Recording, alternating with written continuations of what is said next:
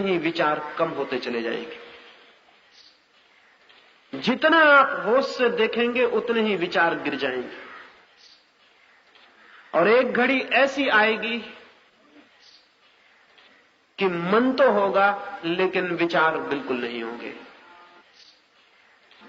और जिस दिन ऐसी स्थिति आ जाती है विचार शून्य मन की, उसी दिन हम मन से भी ऊपर उठ जाते हैं। शरीर के जागरण से शरीर के ऊपर उठता है व्यक्ति, मन के प्रति जागरण से मन से ऊपर उठ जाता है, और तब वहां प्रवेश होता है जो आत्मा है। शरीर और मन से मुक्त हुए बिना कोई अंदर प्रवेश नहीं पा सकता। लेकिन शरीर और मन से मुक्त होने के लिए न तो शरीर को कष्ट देने की जरूरत है, न भूखा मारने की जरूरत है, न धूप में खड़ा करके तपस्या करने की जरूरत है। शरीर से मुक्त होने के लिए शरीर की क्रियाओं के प्रति जागने की जरूरत है। मेरे एक मित्र सीढ़ियों से गिर पड़े और बहुत चोट खा गए। पैर में बहुत असह दर्द, कोई 70 साल की उम्र है। मैं उन्हें देखने गया। डॉक्टरों ने कहा कि 3 महीने तक बिस्तर से हिलना भी नहीं। और वो मित्र बहुत सक्रिय आदमी है। इस 70 साल की उम्र में भी भाग दौड़, चलना फिरना, काम, एक क्षण खाली, एक क्षण व्यर्थ बैठना मुश्किल है, आराम करना कठिन है। 3 महीने उन्हें एक ही सीधा पड़े रहना पड़ेगा। मैं उन्हें देखने गया, वो रोने लगे और कहने लगे इससे तो अच्छा था कि मैं मर जाता। 3 महीने में कैसे पड़ा रहूंगा?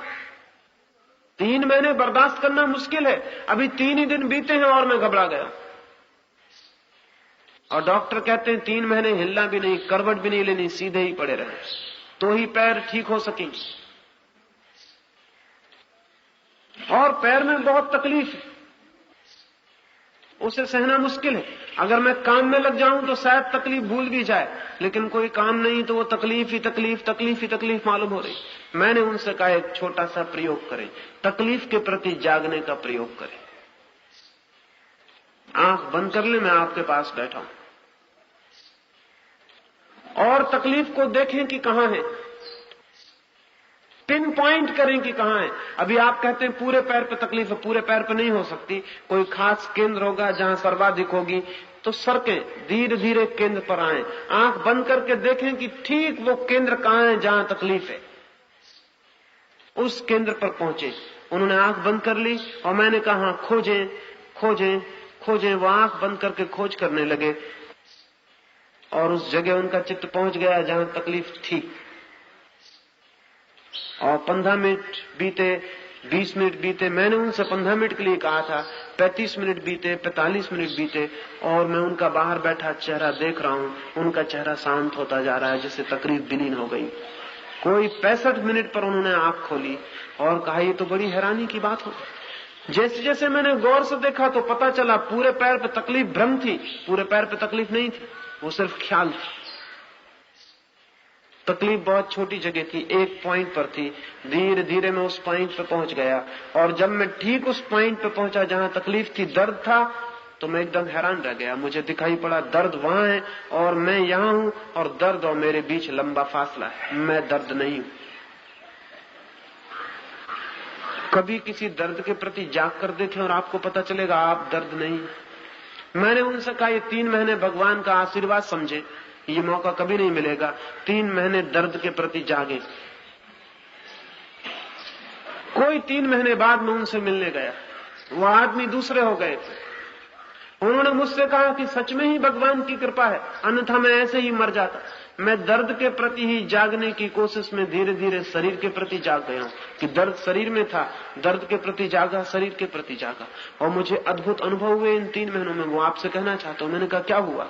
उन्होंने कहा पहला तो मुझे यह अनुभव हुआ कि मैं शरीर नहीं, और 3 महीने में ये प्रतीति इतनी गहरी और स्पष्ट हो गई कि मैं शरीर नहीं हूं, कि अब मुझे मृत्यु का भी कोई भय नहीं है, क्योंकि मैं जानता हूं शरीर ही मरेगा, मैं नहीं मर सकता। लेकिन शरीर और हमारे बीच फासला नहीं है, डिस्टेंस नहीं है। हम कभी जागे ही नहीं। ध्यान रहे, जिस चीज के प्रति आप जागेंगे उसी से फासला हो जाएगा। जाग ही आप उस चीज के प्रति सकते हैं जो आप नहीं हैं, क्योंकि आप जागेंगे हमेशा दूसरी चीज के प्रति जागेंगे। शरीर के प्रति जागेंगे और शरीर अलग हो जाएगा। एक फकीर था, मुसलमान फकीर था, शेख फरीद। शेख फरीद के पास कोई गया और पूछने लगा कि मैंने सुना है कि जीसस को सूली दी गई और जीसस सूली पर लटकाए जा रहे थे तो भी हंस रहे थे, ये कैसे हो सकता है कि आदमी का शरीर लटकाया जा रहा हो सूली पर और आदमी हंसता हो? और उस आदमी ने पूछा, मैंने ये भी सुना है कि मंसूर के साथ तो और भी दुर्व्यवहार किया गया। मंसूर के पहले पैर काटे गए, फिर हाथ काटे गए, फिर आंखें फोड़ी गई और मंसूर हंसता रहा। ये नहीं हो सकता, ये कैसे हो सकता है? जिसके पैर कट गए हों, पैर से लहू गिर रहा हो, जिसके हाथ कट गए हों और जिसकी आंखें फोड़ दी गई हो, वो हंस रहा हो, ये नहीं हो सकता, ये कभी नहीं हो सकता, ये कैसे हो सकता है? मैं पूछने आया हूं। शेख फरीद हंसने लगा। उसके पास एक नारियल पड़ा था, उसने उठा के उस आदमी को दिया और कहा कि जाओ इस नारियल को फोड़ लाओ। एक बात ख्याल रखना, इसकी खोल टूट जाए लेकिन भीतर की गरी न टूटे। उस आदमी ने कहा ये नहीं हो सकेगा, नारियल कच्चा है, खोल और गरी जुड़े हुए,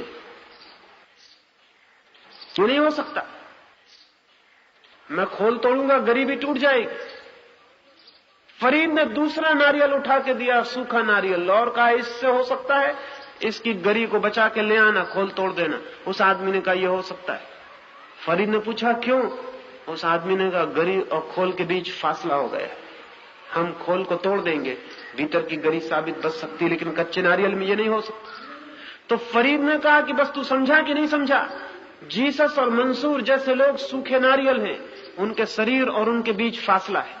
तुम शरीर को चोट पहुंचाओ, वो चोट शरीर से भीतर नहीं जाती, वो गरी तक नहीं पहुंचती, वो आत्मा तक नहीं पहुंचती। और हम सब कच्चे नारियल हैं, हमारे ऊपर चोट पहुंचती, वो भीतर तक पहुंच जाती, क्योंकि बीच के फासले का हमें कोई भी पता नहीं है। शरीर के प्रति जागरण से स्वयं और शरीर के बीच डिस्टेंस, फासला पैदा होता है, और वो फासला इतना है कि आप हैरान हो जाएंगे। वो फासला जमीन और आसमान के बीच जो फासला है इससे ज्यादा है। वो फासला जमीन और आसमान के बीच जो फासला है इससे ज्यादा है। ये फासला कभी पूरा किया जा सकता है जमीन और आसमान के बीच का, शरीर और आत्मा के बीच का फासला कभी पूरा नहीं किया जा सकता। वो दिशाएं ही अलग हैं, डायमेंशन अलग हैं, उनके बीच जो फासला है वो दो बिल्कुल विभिन्न चीजों का फासला है, जिनके बीच कभी भी फासला पूरा नहीं किया जा सकता। लेकिन हमें तो लगता है कि मैं शरीर हूं, हमने फासला पूरा कर लिया। नींद में ये फासला पूरा हो गया। जैसे एक आदमी पोरबंदर में सोए और सपना देखे कि पोरबंदर में नहीं है, पेकिंग में है, सपने में फासला पूरा हो गया। उसे नींद में पता भी नहीं चल रहा कि वो पोरबंदर में, वो पेकिंग में समझ रहा है आपने। सुबह नींद खुले और वो जाग के हैरान हो जाए और वो कहे कि मैं पेकिंग से वापस कैसे आया, क्योंकि मैं सपने में पेकिंग में था। मैं लौटा कैसे, मैं गया कैसे? तो हम उससे कहेंगे ना तुम गए ना तुम लौटे, तुम्हें सिर्फ ख्याल पैदा हुआ कि तुम गए और तुम लौटे। तुम सदा यहीं थे, रात भी तुम यहीं थे, तुम पोरबंदर में ही थे, पेकिंग में तुम गए ही नहीं, पेकिंग तुम पहुंचे ही नहीं, लौटे भी तुम नहीं। पेकिंग में होने का सिर्फ ख्याल था, सिर्फ इल्यूजन था। आदमी की आत्मा शरीर तक कभी पहुंची ही नहीं है और न लौटने का सवाल है। सिर्फ ख्याल है कि हम शरीर में हैं, कि मैं शरीर हूं। ये शरीर में होना सिर्फ एक सपना है, शरीर से लौटना नहीं है, सिर्फ जागना है और सपना टूट जाएगा और पेकिंग से लौटना नहीं पड़ेगा। आप पाएंगे कि आप पोरबंदर में, आदमी आत्मा में ही है, शरीर वो हो नहीं गया है, बस शरीर में होने का ख्याल पैदा हो गया है कि मैं शरीर में हूं। और ख्याल अगर पैदा हो जाए और ख्याल अगर मजबूत हो जाए और अगर हम उसी ख्याल को मजबूत करते चले जाएं तो आत्मा भूल जाती है और शरीर ही रह जाता। अमेरिका में 100 वर्ष पहले ऐसा हुआ, लिंकन की शताब्दी मनाई जा रही थी। एक आदमी की खोज की गई जो लिंकन जैसा दिखाई पड़ता। बहुत मुश्किल से वो आदमी मिला और एक आदमी मिल गया जिसकी शक्ल ठीक लिंकन जैसी थी। उसको लिंकन का पार्ट अदा करने के लिए पूरी अमेरिका में घुमाया गया। जगह जगह लिंकन के जीवन चरित्र का नाटक हुआ और उस आदमी ने अब्राहम लिंकन का पार्ट किया। 1 साल तक वो आदमी एक कोने से दूसरे कोने तक लिंकन का पार्ट करता रहा। लेकिन साल भर बाद एक बड़ी गड़बड़ हो गई। नाटक खत्म हो गया, शताब्दी समाप्त हो गई, समारोह बंद हो गया और उस आदमी को यह भ्रम पैदा हो गया कि वो अब्राहम लिंकन। वो भूल गया, पागल हो गया। घर लौट आया लेकिन अपना नाम बताने लगा अब्राहम लिंकन। पहले तो लोगों ने समझा कि वो मजाक कर रहा है, लेकिन मजाक नहीं थी। उसने जो कपड़े नाटक में पहने थे वो उतारने से इंकार कर दिया। उसने कहा यही तो मेरे कपड़े। वो उन्हीं कपड़ों को पहन के सड़कों पर निकलने लगा। वो बिल्कुल लिंकन तो मालूम होता था, कपड़े भी लिंकन के पहनता था, वही लिबास पुराना जो लिंकन का था, उसी तरह छड़ी रखता था, उसी चाल से चलता था। पहले तो लोगों ने समझा कि वो मजाक कर रहा है, लेकिन जब महीने 2 महीने बीत गए और घर के लोग, पत्नी, बेटे, वो किसी को मानता ही नहीं था। वो कहता था मैं अब्राहम लिंकन। तब तो परेशानी हुई। उसे बहुत समझाया गया लेकिन वो मानने को राजी नहीं हुआ। उसे बहुत डराया धमकाया गया लेकिन वो मानने को राजी नहीं हुआ। फिर लोगों को शक हुआ कि ये खुद अपने भीतर तो जानता ही होगा कम से कम कि मैं अब्राहम लिंकन नहीं हूं। बहुत भीतर तो जानता होगा। एक मशीन होती है लाई डिटेक्टर, जिस पर झूठ पकड़ी जा सकती। उस मशीन पर उसको खड़ा किया गया। उस मशीन पर खड़े करके अगर आपसे पूछा जाए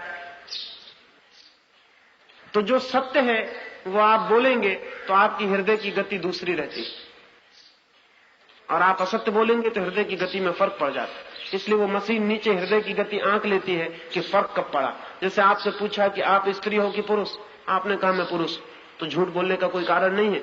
मशीन नीचे आपकी गति अंकित करेगी। आपसे पूछा कि इस समय कितना बजा है घड़ी में, आपने कहा 9, तो झूठ बोलने का कोई कारण नहीं, मशीन नीचे अंकित करेगी। आपसे 8-10 ऐसे प्रश्न पूछे जाएंगे जिनमें झूठ बोलने का कोई कारण ही नहीं। फिर आपसे असली सवाल पूछा जाएगा। यही उसके साथ किया गया। 10 सवाल पूछे गए, उसने सबका ठीक जवाब दिया। फिर उससे पूछा गया तुम अब्राहम लिंकन हो? वो घबरा गया था, वो परेशान हो गया था इस बात से। लोग पूछ पूछ के हैरान कर दिए। उसने कहा मैं अब्राहम लिंकन नहीं हूं, लेकिन मशीन ने नीचे से बताया कि यह आदमी झूठ बोल रहा है। वो तो भीतर से जानता था कि मैं अब्राहम लिंकन हूं। मशीन ने बताया कि यह आदमी इस वक्त झूठ बोल रहा है। तब तो बड़ी मुश्किल हो गई। कैसे ये ख्याल इसे पैदा हो गया? ये ख्याल पैदा हो सकता है। हमें लगेगा वो आदमी पागल था, लेकिन जो जानते हैं वो कहेंगे हम सब भी पागल हैं, हमको भी ये ख्याल पैदा हो गया है कि हम शरीर। और ये ख्याल बहुत लोगों को पैदा होते। जब स्टालिन रूस में हुकूमत में था तो इस रूस के कई पगलों को यह ख्याल था कि स्टालिन। जब चर्चिल हुकूमत में था तो कई पगलों को इंग्लैंड में ख्याल था कि वो चर्चिल। नेहरू जब हुकूमत में थे तो हिंदुस्तान में कम से कम 10 आदमी थे जिनको ख्याल था कि वो नेहरू। एक ऐसे आदमी से नेहरू का मिलना भी हो गया। एक पागलखाने में नेहरू गए और उस पागलखाने में एक पागल था जो ठीक हो गया। पागलखाने के अधिकारियों ने उसे रोक रखा था कि कल नेहरू आने वाले, उन्हीं के हाथ से इसको मुक्ति दिलवा देंगे तो ये भी खुश होगा, जलसा भी हो जाए। नेहरू से मिलकर बहुत खुश हुए और उन्होंने कहा मैं बहुत खुश हूं कि तुम ठीक हो गए। तुम बिल्कुल ठीक हो गए हो? उस आदमी ने कहा मैं बिल्कुल ठीक हो गया हूं, लेकिन महाशय मैं भूल गया पूछना आपसे कि आप हैं कौन? तो नेहरू ने कहा मैं, तुम्हें पता नहीं मैं जवाहरलाल नेहरू हूं। वो आदमी खूब हंसने लगा। उसने कहा महाशय आप भी 3 साल यहां रह जाइए तो ठीक हो जाएंगे। 3 साल पहले मुझे भी यही ख्याल था कि मैं जवाहरलाल नेहरू। लेकिन 3 साल में मैं बिल्कुल ठीक हो गया।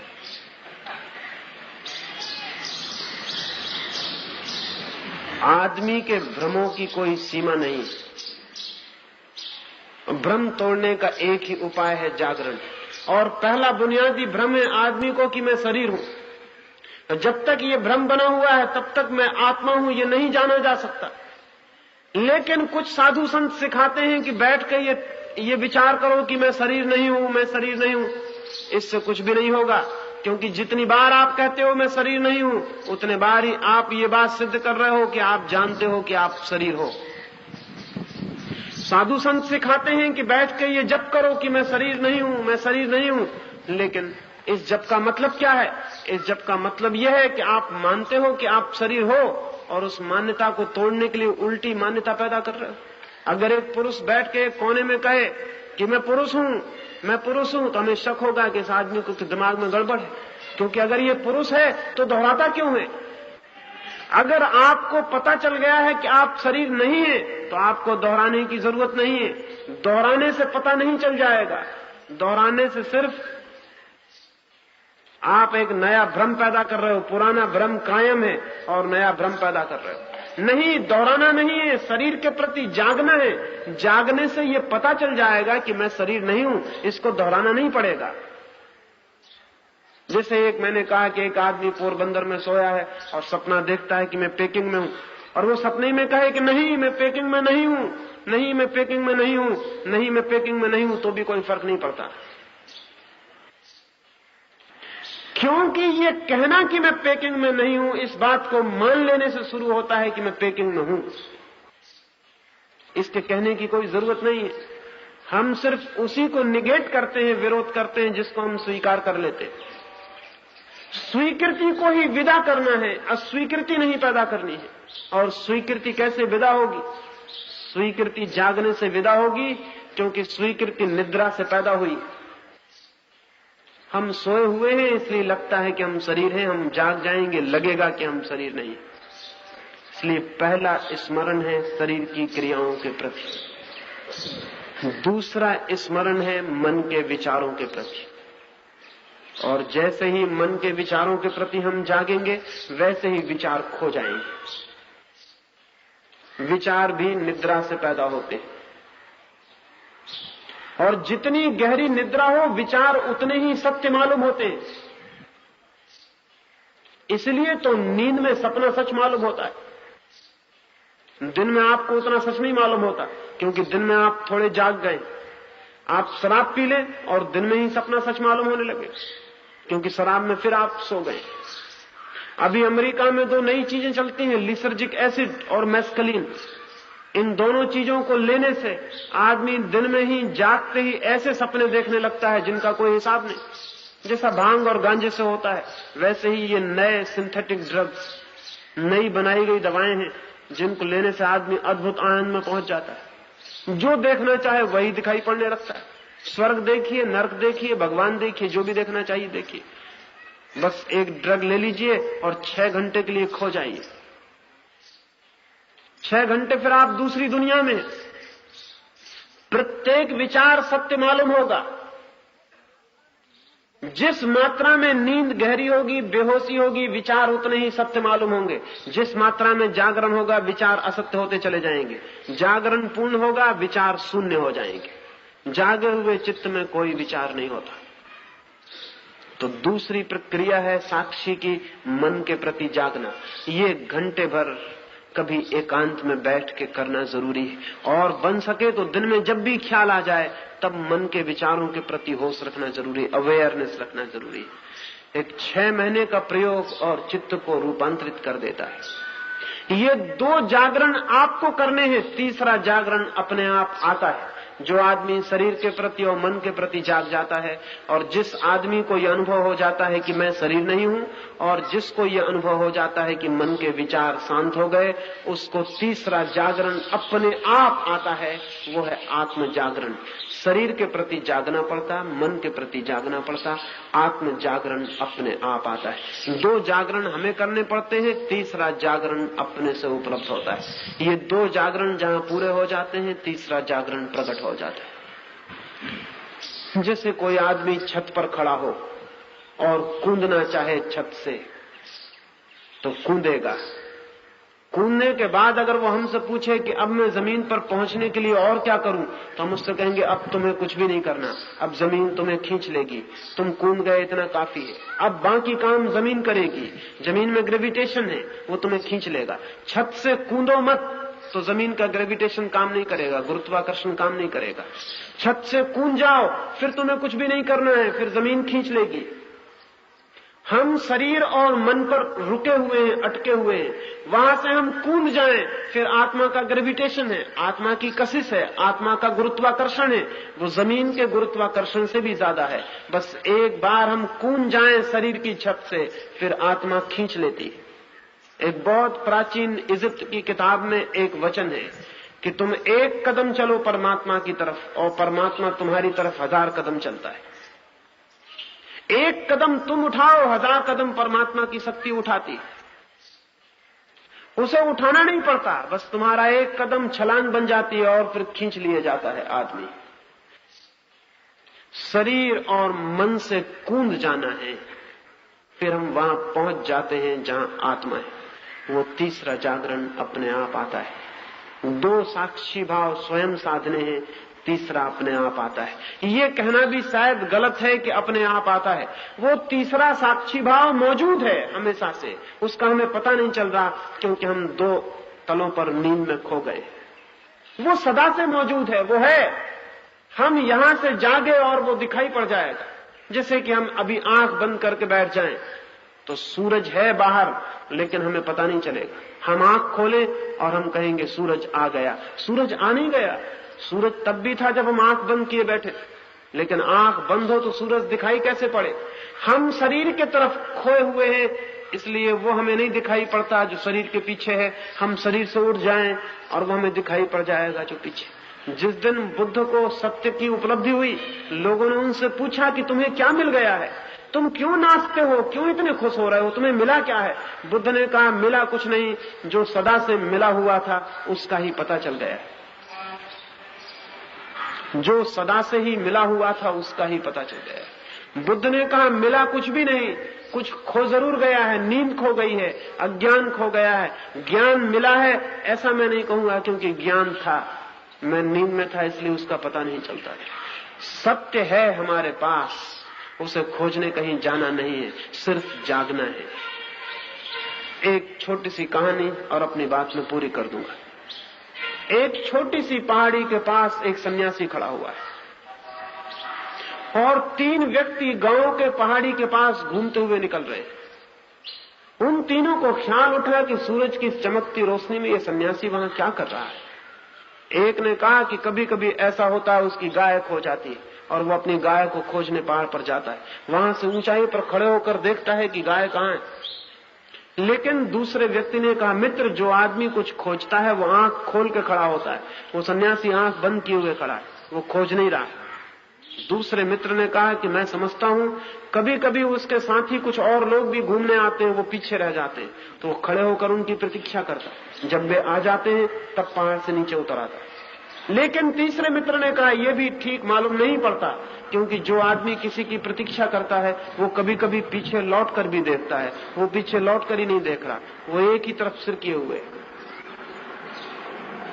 तो तीसरे ने कहा मैं ये नहीं मानता कि वो किसी की प्रतीक्षा कर रहा है, ना मैं ये मानता हूं कि वो गाय की खोज कर रहा है, मेरी समझ है कि वो परमात्मा का स्मरण कर रहा है। विवाद तेज हो गया और उन तीनों ने कहा अब इसके सिवाय कोई रास्ता नहीं कि हम चलें और उससे ही पूछ लें कि तुम क्या कर रहे हो। वो तीनों पहाड़ चढ़ के गए और पहले आदमी ने जाके उस सन्यासी को पूछा कि भिक्षु जी, क्या आप अपनी गाय खोज रहे हैं। उस भिक्षु ने आंख खोली और कहा गाय, मेरा कुछ भी नहीं है तो मैं खोजूंगा क्या। मैं खाली हाथ आया और खाली हाथ चला जाऊंगा और मैं जानता हूं कि मेरे हाथ अभी भी खाली है। मैं उस भ्रम में नहीं पड़ता कि मेरा कुछ है, इसलिए खोजने का सवाल ही नहीं। अपने को ही खोज लूं वही बहुत, बस वही मैं हूं। अपने को ही नहीं खोज पाया, गाय को क्या खोजूंगा, समय खराब करने को मेरे पास नहीं, मैं कुछ खोज नहीं रहा। वो आदमी हार के पीछे हट गया। दूसरे आदमी ने कहा, तब तो निश्चय ही कोई मित्र पीछे छूट गया, आप उसकी प्रतीक्षा कर रहे हैं। उस सन्यासी ने कहा, भाई मेरा कोई शत्रु नहीं, इसलिए मित्र का भी कोई सवाल नहीं। जिनके शत्रु होते हैं उनके ही मित्र होते हैं। मेरा ना कोई शत्रु है, न मेरा कोई मित्र है। मैं किसी की प्रतीक्षा नहीं कर रहा। प्रतीक्षा किसकी करनी है? और कितनी ही प्रतीक्षा करो, कभी कोई मिल सकता है। अपने से ही मिलना मुश्किल है, दूसरे से मिलना कहां संभव। मैं किसी की प्रतीक्षा नहीं कर रहा हूं। वो आदमी भी हार गया। तीसरे आदमी ने कहा, तब तो निश्चित ही जीत मेरी है। मैं आपसे पूछता हूं, क्या आप भगवान का स्मरण कर रहे हैं? वो फकीर कहने लगा, भगवान का मुझे कुछ पता नहीं। जिसका पता नहीं उसका स्मरण कैसे करूं? और पता चल जाएगा तो फिर स्मरण क्यों करूंगा? पता नहीं है तब भी स्मरण नहीं किया जा सकता, और पता हो जाए तब स्मरण की जरूरत नहीं रह जाती। मैं किसी का स्मरण नहीं कर रहा हूं। तो उन तीनों ने पूछा कि फिर महाशय आप कर क्या रहे हैं यहां खड़े होकर? तो उस भिक्षु ने बड़ी अद्भुत बात कही। उसने कहा, मैं कुछ भी नहीं कर रहा हूं, मैं सिर्फ जागा हुआ खड़ा हूं। उस भिक्षु ने कहा, मैं कुछ भी नहीं कर रहा हूं, मैं सिर्फ जागा हुआ खड़ा हूं। जस्ट स्टैंडिंग इन अवेयरनेस, बस मैं होश में खड़ा हुआ। मैं कुछ कर ही नहीं रहा, बस मैं साक्षी की तरह खड़ा हुआ हूं। आकाश का साक्षी हूं, सूरज का साक्षी हूं, वृक्षों का साक्षी हूं, तुम्हारा साक्षी हूं, अपना साक्षी हूं, बस साक्षी होकर खड़ा हूं। लेकिन वे मित्र पूछने लगे कि किस लिए साक्षी होकर खड़े हो? तो उस भिक्षु ने कहा, ये तुम साक्षी होकर खड़े हो जाओ तो ही जान सकते हो। ये तुम भी इसी तरह जब किसी दिन खड़े होगे तो जान सकोगे। क्योंकि उस भिक्षु ने कहा, जब तक मैं सोया था मैंने सब खोया, और जब से मैं जागना शुरू हो गया हूं मैंने सब पा लिया। सोया हुआ व्यक्ति सब खो देता है, जीवन, सत्य, अमृत सब। जागा हुआ व्यक्ति सब पा लेता है, जीवन, आत्मा, सत्य, अमृत। अगर पाना है कुछ तो जागना जरूरी है, अगर खोना है तो सोना पर्याप्त है। हम सब खो रहे हैं क्योंकि सोए हैं। हम सब भी पा सकते हैं अगर हम जाग जाएं। और पाने की जो अंतिम अनुभूति है उसका नाम ही परमात्मा है। उसके आगे पाने को कुछ शेष नहीं रह जाता। उसे पाकर सब पाने की दौड़ समाप्त हो जाती है, क्योंकि वही जीवन है, वही आनंद है, वही अमृत है। इस अमृत की दिशा में, इस जीवन की दिशा में, इन 3 सूत्रों में मैंने कुछ बातें कही हैं। मेरी बातें मुझे समझ लेने से कुछ परिणाम नहीं लाने वाली हैं। वो तो जो भिक्षु ने कहा, आप भी जाग कर खड़े हो जाएं तो कुछ हो सकता है। थोड़ी कोशिश करें। सोने की तो हम 24 घंटे कोशिश करते हैं, कभी घड़ी तो घड़ी जागने की कोशिश करें। और इतना मैं कहता हूं कि जीवन के अंत में वही हाथ आएगा जो जागने में पाया है, जो सोने में कमाया है वो सब व्यर्थ हो जाता है। मेरी बातों को इतनी शांति और इतने प्रेम से सुना, उससे बहुत अनुग्रहित हूं।